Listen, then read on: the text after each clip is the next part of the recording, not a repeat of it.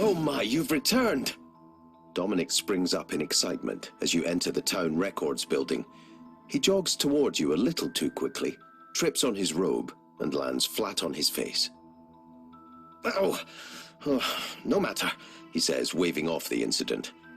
I imagine you've recovered the books. Please tell me you've brought the books back. As you nod, he jumps to his feet, smiling broadly. Come then. It's time we got to the bottom of this. Preferably in your company, in case those maniacs come back. Once in the back room, Dominic quickly opens the Codex of Directives and flips to the proper page. Let's finish the story, shall we? The end did not come for the ancient man as he huddled in the darkness of his cave, insane and broken. The harbingers of the upheaval, a great army of demons, had succeeded in bringing a once powerful and glorious civilization to its complete and utter end. This had been a challenge, but hunting down the wretched creatures who now huddled together like rats in a cage, there was not sport in that. The world lay shattered and ruined before them, and the gloom grew bored. The forces withdrew and were dispatched to destroy some other world, and the gloom decided it would be far more interesting and challenging to manipulate the wretched scraps of this ancient race into destroying themselves. One group of ancient man, who had fled far to the south, were taken by the gloom, their blood tainted with that of the demons.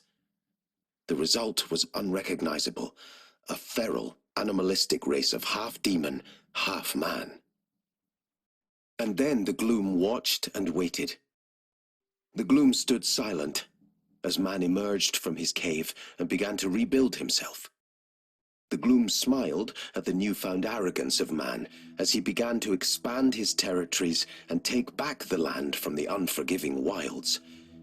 The gloom waited for the day when its two creations met each other on the field of battle and destroyed each other completely.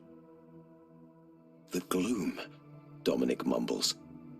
Every time I think I've gotten to the bottom of this, something new emerges. He slumps in his chair. This sounds bad. I guess the Aether convinced the commanders to stop the war in order to avoid fulfilling the expectations of the gloom. But the Vigils seem convinced that the gloom will still return one day to destroy us all anyway. I'm not sure what to think. Dominic shrugs. I'll spend some more time studying the text, but I don't know what it's going to take to find a breakthrough on this. In all the books I've read, I've never seen a single mention of this gloom until now. I'll let you know if I find anything.